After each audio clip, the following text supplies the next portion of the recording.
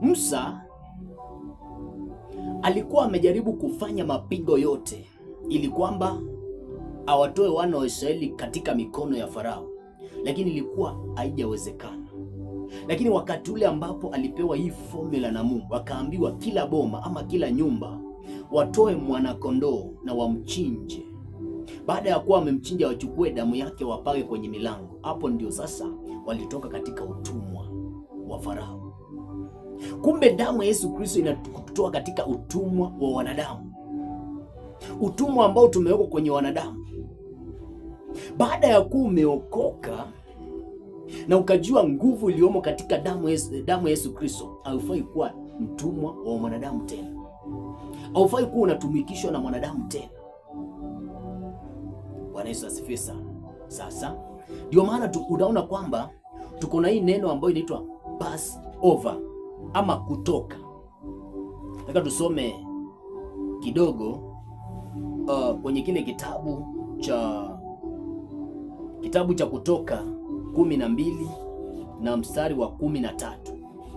Hapo ndio sasa Mungu anamwambia Musa ya kwamba kila boma ambayo itapatikana kwamba imepaka damu katika mlango, malaika wa Bwana atakuwa na Passover anapita. Na hapa ndio tunafaa kujifundisha kwamba kumbe damu ya Yesu Kristo huwa inatuzuia pia katika mapigo, tusije tukapigwa na adui. Kama Yesu akipita akiwa anatafuta watu wabaya wa kupiga, aidha katika eneo ambalo ni mahali watu wamemtenda dhambi, akipata nyumba yako kuna damu ya Yesu Kristo ambayo umepaka kwenye mlango, akipata nyumba yako ni kwamba misingi ya nyumba yako umeweka katika damu ya Yesu Kristo, akapata ndoa yako ama biashara yako ama kazi yako ama chochote kile, msingi wake ni damu ya Yesu Kristo. Wakati ule malaika ambao Mungu atakuwa amemtuma ili kuja kupiga ile eneo atapita, atakuwa hawezi akapiga homa yako. Na hiyo ni kazi nyingine sasa ya damu ya Yesu Kristo, ya kwamba inatuwekea ulinzi na inatuepusha na mapigo ambayo Mungu ameyakusudia kwa sababu ya watu kuwa waovu. Wakati ule Musa anapoambiwa na Mungu ya kwamba kila familia inafaa ichukue mwanakondoo wamchinje na wapake damu kwenye milango, ile damu ilikuwa ina represent damu ya Yesu Kristo. Ndio maana nimesema ya kwamba usimwangalie Yesu wakati ule amekuja hapa duniani baada ya kuwa amekufa, lakini muangalie kutoka katika Agano la Kale. Sio kama naeleweka? Bwana Yesu asifiwe sana. Sasa watu wengi huwa wanadhamini sana kuzaliwa kwa Yesu ambao ni siku ya Krismasi, na wanaweka sherehe kubwa sana, wanatafuta pesa, wanafanya mambo mengi sana katika kusherekea kuzaliwa kwa Yesu Kristo.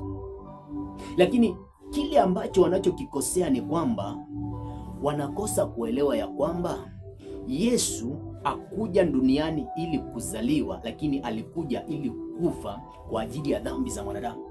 Yaani assignment ya Yesu hapa duniani haikuwa kuzaliwa, ingawaje wanadamu wamewekeza sana katika kuzaliwa kwa Yesu, wameweka mpaka sherehe ya kuzaliwa kwa Yesu, lakini Yesu alikuja ili kufa kwa ajili ya dhambi za wanadamu.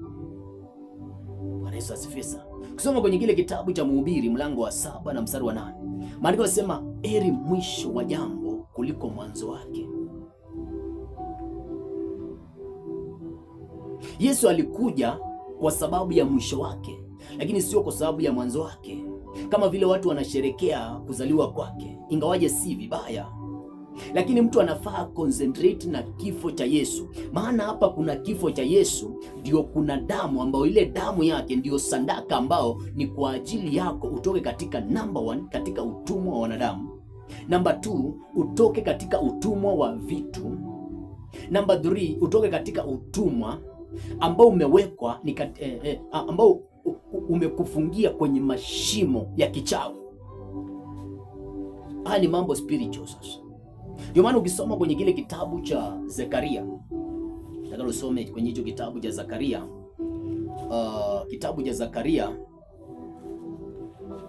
kitabu cha Zakaria kuna mistari sijui nataka tuisome. Kitabu cha Zakaria mlango wa 9 mstari wa 11 pale mpaka 12. Maandiko yanasema hivi: na kwa habari zako wewe, kwa sababu ya damu ya agano lako, nimewatoa wafungwa wako katika shimo lile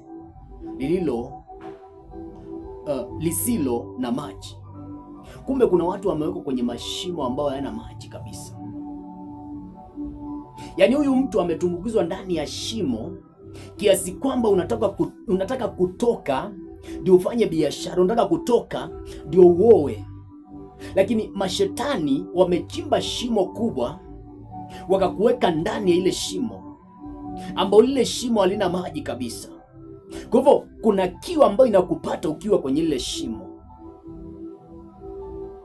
lakini kama ukijua nguvu iliyomo katika damu ya Yesu Kristo, damu ya Yesu Kristo inakutoa kwenye hiyo shimo ambao haina maji, kulingana na vile maandiko yanasema kwenye kitabu cha Zakaria 9:11.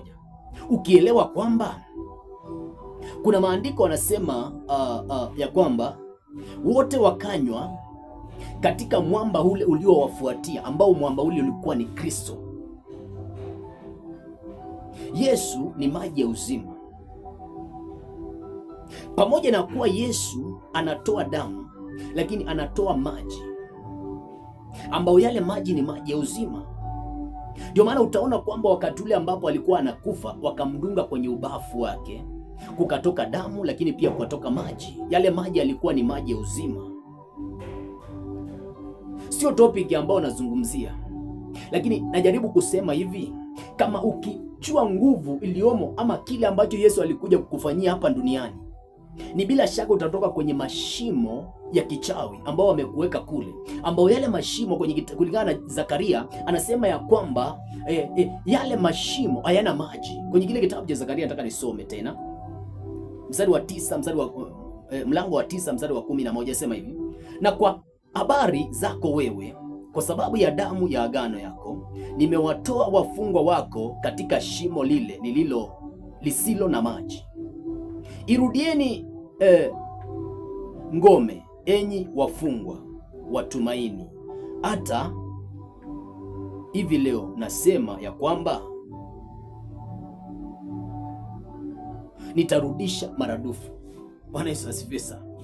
Sasa Yesu anakuambia kwamba baada ya kuwa amekutoa katika shimo lile kwa damu yake, unafaa umrudie yeye Yesu. Kwa hivyo damu ya Yesu Kristo huwa inatumika katika kututoa katika utumwa wa wanadamu, lakini pia damu ya Yesu Kristo inatutoa katika utumwa wa vitu kama mali. Ndio maana maandiko, Yesu anasema ya kwamba hauwezi ukawatumikia mabwana wawili, hauwezi ukatumikia Mungu lakini ukatumikia mali. Lakini pia damu ya Yesu Kristo inatutoa kwenye vifungo na kwenye mashimo ambao tumefungwa. Kwenye kitabu cha Isaya 42:22 maandiko yanasema, lakini watu hawa ni watu walioibiwa na kutegwa, wamefichwa kwenye mashimo, wamenazwa kwenye magereza, wamekuwa mawindo, hakuna awezaye kuokoa, wamekuwa mateka na hakuna ambaye anayesema rudisha. Sasa kama kuna mtu ako kwenye mashimo ya kichawi unamjua, unafaa ujue nguvu iliyomo katika damu ya Yesu Kristo ili kutoe pale. Kwenye kile kitabu